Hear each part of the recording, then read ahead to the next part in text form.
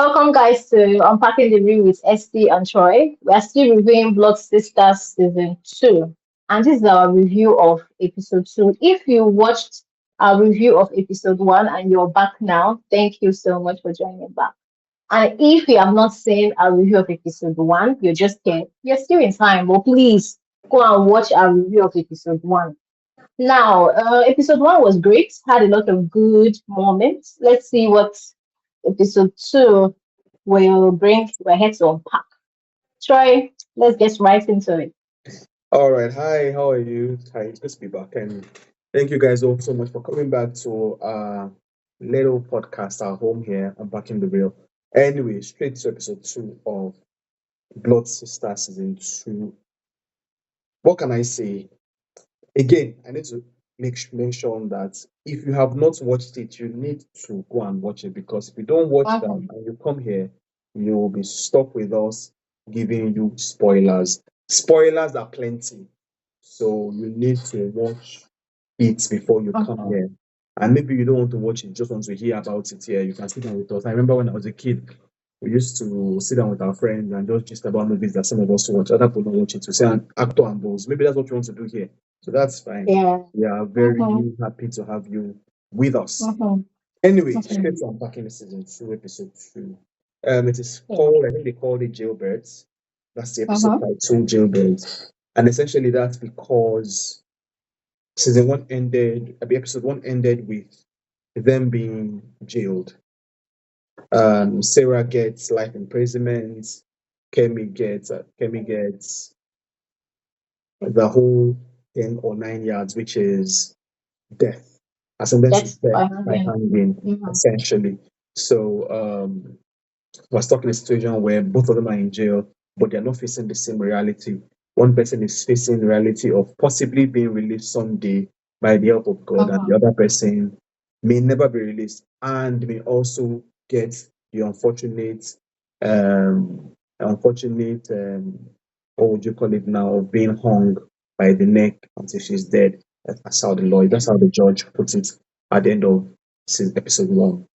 Anyway, so episode 2, some of them are in jail, they're surviving. I mean, the life in the jail is so nasty, man. It's mhm, crazy. mhm. There were so many scenes that they showed that just kept hammering in my head the fact that you should avoid going to jail. Avoid Jail jail. by all costs. Yeah. Like really, really avoid jail. Avoid jail. Avoid it by any means necessary. Not Mhm, go jail. Don't do anything that will put you there. I mean, they deserve to mhm. be there because, again, deserving may not be the word, but they committed crime. And because they committed a Yeah. crime, they got the result of their crime, right? Unfortunately, it ended up being them going to jail. Anyway, so in episode 2, we deal with the family drama. There's a lot of drama, lots of plotting. I mean, Kitenshaw is still there trying to kill Sarah for killing her son. Mhm. It's just a lot of drama, everybody. And the funniest part is that they kept hammering on Sarah. They didn't even talk about Kemi. It was like Kemi. Sarah is the person that they wanted to put Mhm. inside the ground because obviously she's Yeah. not going to get married to her son. But then Mhm. nothing happened. And I guess it's because they said, oh, because she's already, that's Kemi. Kemi was already on death row, essentially. So Yeah. Yeah. they're going to get the noose at some point, which is why Fine. the mother Ketensha wasn't so intrigued about the idea of killing her as well. Anyway, there's no real plot line to dig into except maybe her love interest because Ketenshaw developed a love interest in season 2. Akin, I think, was his name, or is his name. Yeah. I can. Yeah, I can. Akin. Yeah. Her son, That's Cola's best friend. yeah, Mhm. from season 1, developed an interest in him, gave him a job at the company as for she's the chairperson of the company, gave him a job at the Mhm. company. The daughter found knew that something was going on between them. The other storyline we had in season 2, episode 2 was Junior, that's Ramsey Noah's son, who was taking over from Ramsey Noah, who decided to become what would I call it now, the henchman for Kitenshaw, deciding to Mhm. go on a rampage trying to kill or take out Sarah Duru. He then ended up getting in touch with one of his babes, who is a legendary street girl, and the girl, Firecracker. yeah, unfortunately, The girl went to a cell that also had legendary street hustlers as well, people who were deeper in the game than she was, and unfortunately led to her demise. And then the person who killed her, decided to take over that particular role of trying to assassinate or get Sarah out of the picture. Um, I can't say there's anything memorable, minus the fact that um, they were always quarreling. There were so many quarrels. To be honest, I don't have any point in that series in this episode two where the high point was episode one.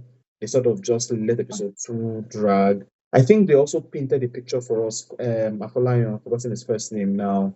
They wanted to show us that he's a drunk. So they were Gabriel. giving Gabriel, yeah, they were always giving us hints of him. There were hints of him drinking. He was always taking something. He got him upset after that dinner with the mom. He took something. He got his wife upset. He had some. Like there were always things that he did to show that this guy must be somebody that likes the wine. He's into that life. He's into that life. Again, I didn't still see why everybody was wearing iron uniforms like in episode one, but it's okay.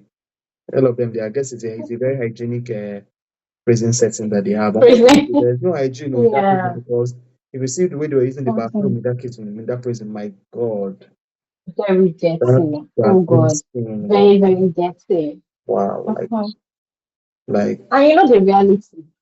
The reality is that I know they tried to portray the prison, but they did not even capture the full picture of how it is in reality.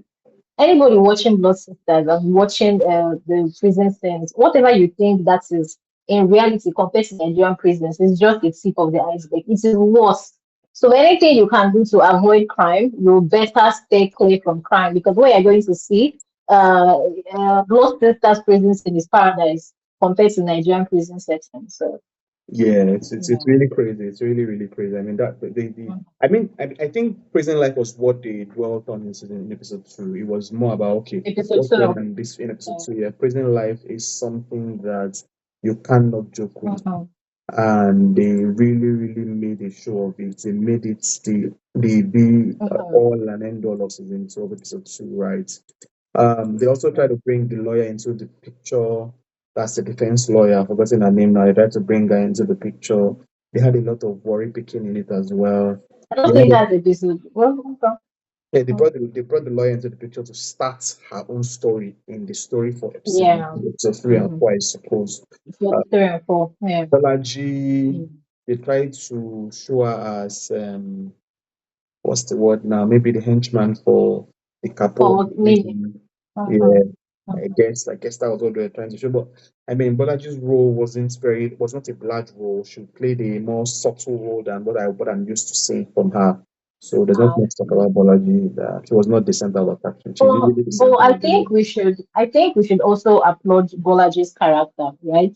Because we know Mimi as the tough person, the capon, and it's also because of the way Bolaji portrayed Mimi, the way she spoke up for her, the way she was loyal to her. So I think her character was more like to support Mimi, to make Mimi the strong person. And yeah, I think Bolaji did a good role too, even though it's more like she's living under the shadows of Mimi, but she did well. Yeah, yeah. She But brought the character to life I too. wouldn't. I know you want your baby to be the star girl, but hey, there can only be one Mimi. They There can can only be one Mimi, please. do that. Yeah. So for that reason, Yeah. no problem. It's okay. It happens. We move on. We learn. We live. We learn. I guess. I suppose. So Yeah. no So worries. one character that made me laugh out so loud is the firecracker we talked about. In episode one or even in season one, we thought Blade was the worst assassin ever. Follow me surprised when firecracker came in and she wasn't cracking.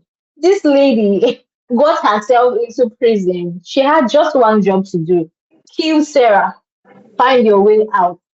And she got into prison and got killed. Sarah, she did not kill. Got killed. And the funny part, when she was going into prison and B Junior was telling her to choose weapon, she said, "Oh, I prefer the old-fashioned way." And she carried a razor blade, and it was still that same razor blade that they used They to used kill to her. finish her, man. I'm I'm sure even telling if she you, this survived one with is, that, she would have been using vitamin C for like 3 months, man. of course, it's not even possible to survive that. So I think I call her death is a death by blade, by razor blade, old fashioned way. Exactly the way she likes it. Man, it was so crazy. It was really Yeah. crazy. Mhm. Yeah. Another interesting thing for me too was Mimi's power in prison, right? Mimi had a fridge, Mimi had TV, Mimi had a mini mat, Mimi had skincare. Like Mimi is giving the girl, she's giving boss lady. She had everything in prison because you know when Kemi came to visit her and she could see skincare, soap. Mimi was smelling good in prison. She had everything. I'm like, yeah, levels. I'm telling you, Levels. That's man. why she could control everybody. I'm like, ooh, serious levels. Ha. Hmm.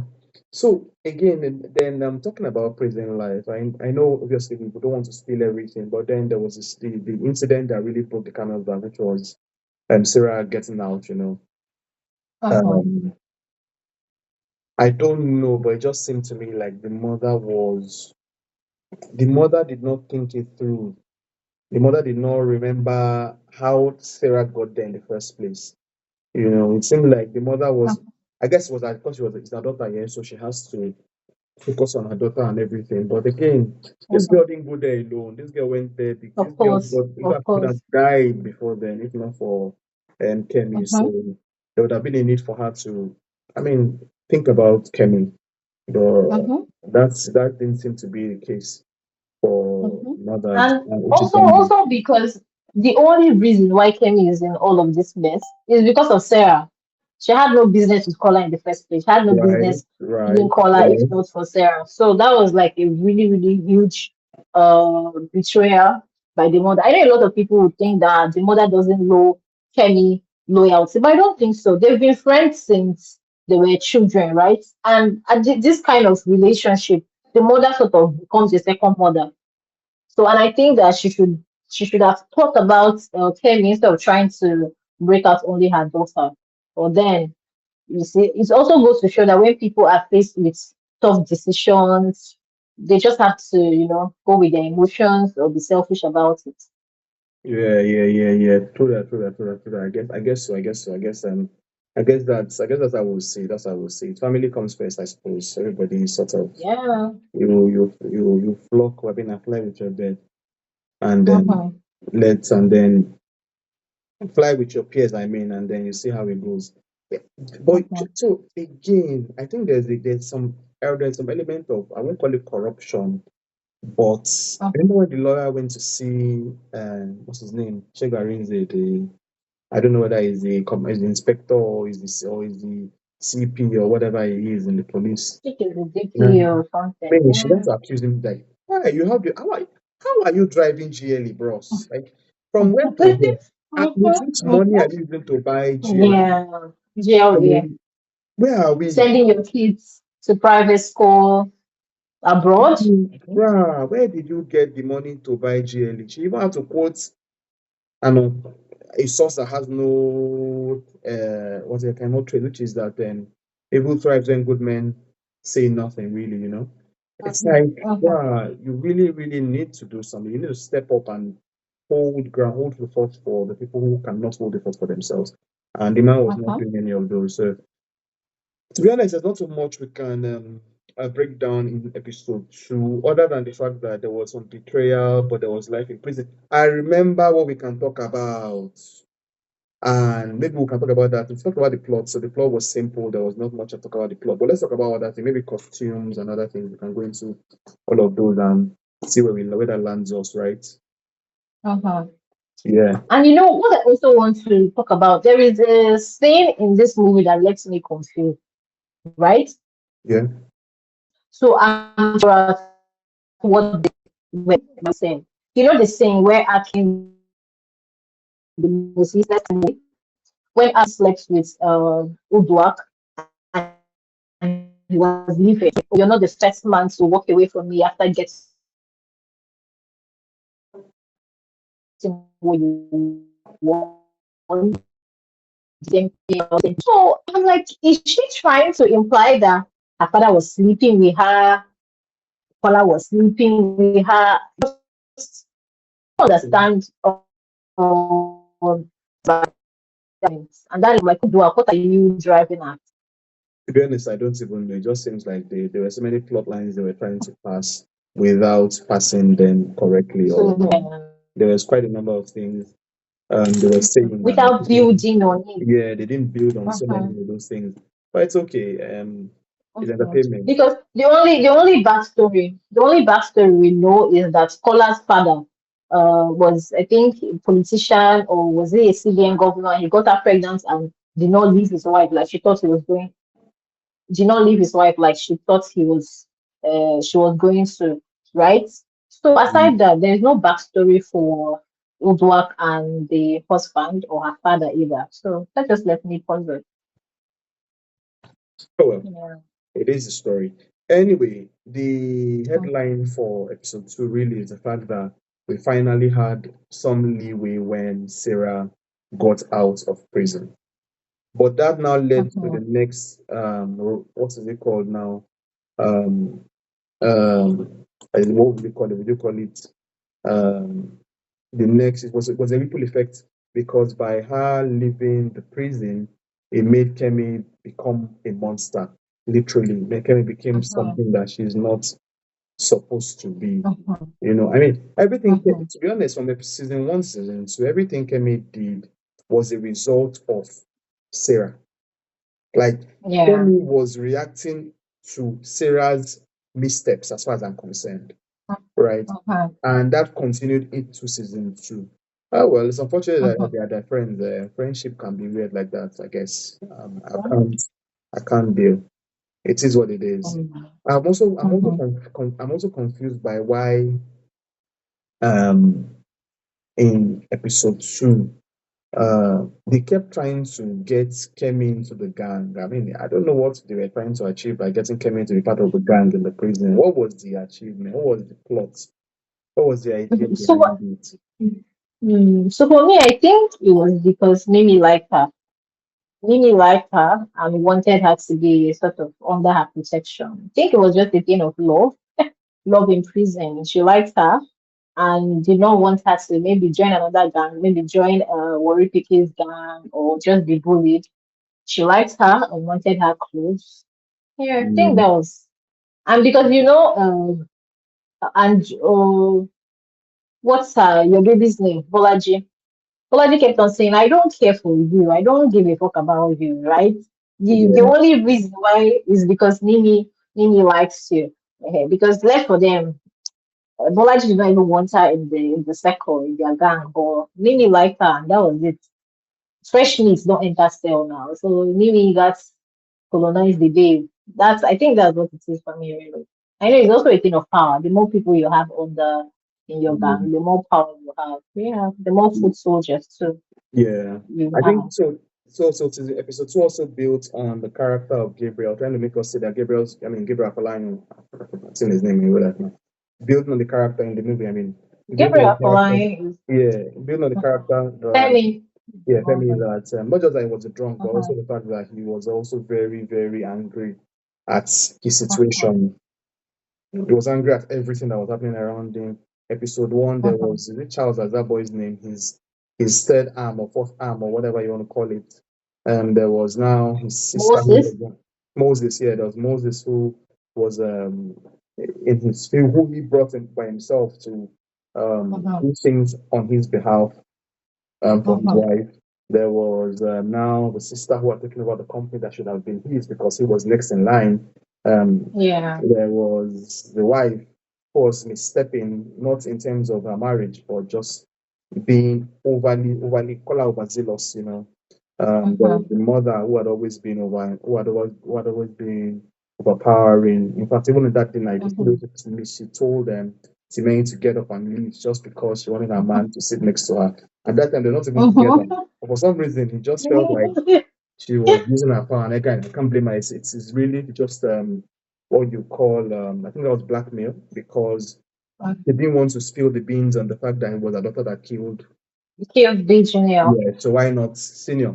I think the senior. Oh, yeah, yeah, yeah, yeah, yes. Yeah, so she didn't want that to get out, so she just her daughter was basically doing everything. Like Mhm. everybody was under her foot as far as I'm concerned. Everyone was under her Mhm. foot. Because she had something on all of them, right? Yeah. For Femi, it was he desired to be accepted by her. So he wanted to be accepted by her. He wanted her to sort of see him, right? Mm, And then for Timmy, it was the fact that she was holding this secret over her. And then for Aki was just a useless person because there's no reason why Uduak should have any hold over him, but he just decided to go sleeping with her, and he put himself in that situation as far as I'm concerned. true, true, true, So true, yeah. true, Mm. true. Okay, I think that And covers. I don't know if you noticed, right? In the in episode 2, when Firecracker tried to kill Sarah, Yeah, right? She she saved used the her. razor blade, of Yeah, she course. saved her. And then in the movie, after that scene, miraculously, The that following sky day, healed literally. up. The following day, it healed up, but never her neck was so smooth. And I'm like, is this definitely an oversize? Because obviously, no matter how well that skin heals, we should see the scar. Yeah, So yeah. yeah. I think that was Yeah. a mistake by the makeup artist because they Mm-hmm. had got the makeup for everybody very well. I mean, if you look at Very Bola's well. makeup, Bola's scar, Mm. they kept it going Consistent. through, yeah, very Mm-hmm. consistent. But that injury, I don't know where it disappeared to. Maybe the girl heals quickly. Yeah. Maybe she heals in 30 seconds. I mean, I don't know, like 30 Ah, she hours. doesn't. Because literally, that was something that happened in one day. They had the incident that day. Yeah. The following day was supposed to be, She was they had to out. leave the Mm-hmm. following night, and then call it 48 hours at worst. You don't heal in Mm-hmm. 48 hours now, but Mm-hmm. well, But what do we even know? if We're it's not a week, medical experts. it's not healed in a week. But I know a lot of people will not notice that, but we notice that. So yeah. But I liked should I mention it? There was a search scene where they had a search of the new inmates who came in. It looked like a real search scene. That's all I'll say about that. Oh, is it when Firecracker came in? Yeah, if I can came into the prison. Yeah, yeah, yeah. That looks real. Mm. Okay. All right, That looks real. that covers our review of episode 2 of Episode. season Sure. 3. There's no standout moments for me. I don't think there was anything that they did that was exceptional. It was just Mm-hmm. they followed the story from episode 1 and kept it going. Mm-hmm. I guess they built anticipation of episode 3 because we got what we wanted from Yeah. episode 1, wanted to see what ended episode Mm-hmm. season 1 by looking at episode Mm-hmm. 1 of season 2. Then episode 2 of season 2 was now the main episode. That was now the main story for season 2. Now we are into Mm-hmm. season 2. Let us now know where we are heading. So yeah, Yeah. that really is it. But I do want to say that if you're a boss in prison, you're doing well. Oh. You have food. Man, literally, she had another room that had like like Malam kiosk. She had Yeah, everything. like a mini mart. She had a Man, mini supermarket in prison. man, Yeah, that's some she had a serious shit. TV. That's some good money she was making there. Mm-hmm. Yeah. Man, but it's okay. It's okay. It's okay. It's okay. Um, we never found out who paid that other lady to impersonate Sarah. We never found out. Actually, I think we know. We actually can tell. It must have Mm-hmm. been. It It must have was been the what other. became. No, no, no, no. I don't think so. I think it was either. Yeah, it could have been her, but it could have also been Uche Jumbo, It who was was Sarah's. yes, yes, yes. It was Sarah's mother. Yeah, it could have been Sarah's I know mom they paid. who got that out. Yes. Yeah, it Mm-hmm. could have I been know they either of paid them. Mori Pikin for it. Mm-hmm. Mm-hmm. Mm. It could have been either of them. Yeah, true, true, true, true, true, Yeah. true, true, true, true. Okay. So I don't think do we need a real score for this particular episode because I can just give it I like think you can do an overall score at the end of the 4 episodes. no, no, just 4 episodes. We did one for the episode 1. We just want to go for Sure. episode 2. Hmm. So, Wasn't so bad. yeah, so one Yeah, I'll one to see ten, what do the you want to call it? 7 over 10. 7/10. Yes, because of the scar. Yes, because they Okay. missed Well, that. I give it like a five. Now for me, it's like a 5/10. Ah, I don't see much. Nothing really. No, there was nothing thrilling about episode two. Episode two mm-hmm. was making it be like say we know the episode, more no do episode. We don't do one. So I think a two, a five is okay. Not a two, please. A five, or maybe a six because I liked the.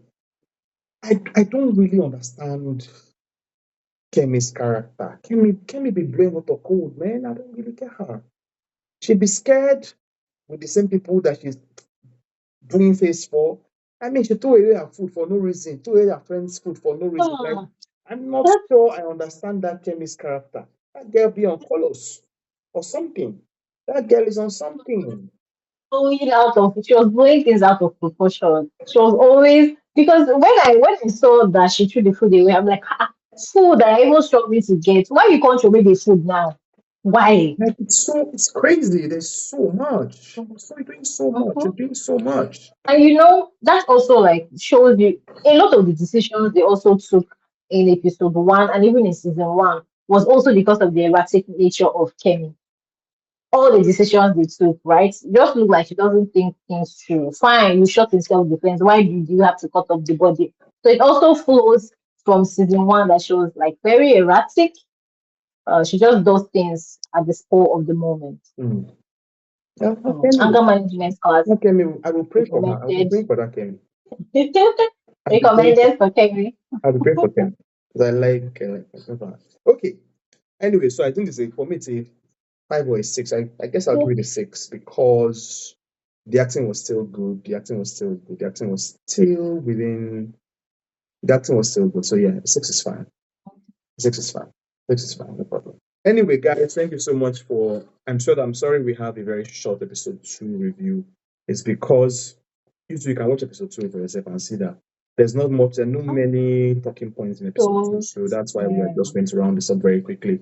But episode three promises. We've seen episode three. I promise you, it's going to be fun. Come back, come ready, come prepared, and let's engage ourselves. Again, thank you so much for engaging us with episode one. We look forward to hearing your comments, your contributions, questions you might want to ask us, see what we are thinking, what we are Mhm, thinking. We also would want to see your thoughts into what we saw. Maybe what we are saying and what you're saying is not exactly the same thing. It would be nice to hear your thoughts. So yeah, mhm. follow us, subscribe, like. Please do not forget to Share. like, Mhm. subscribe, and share as widely as possible.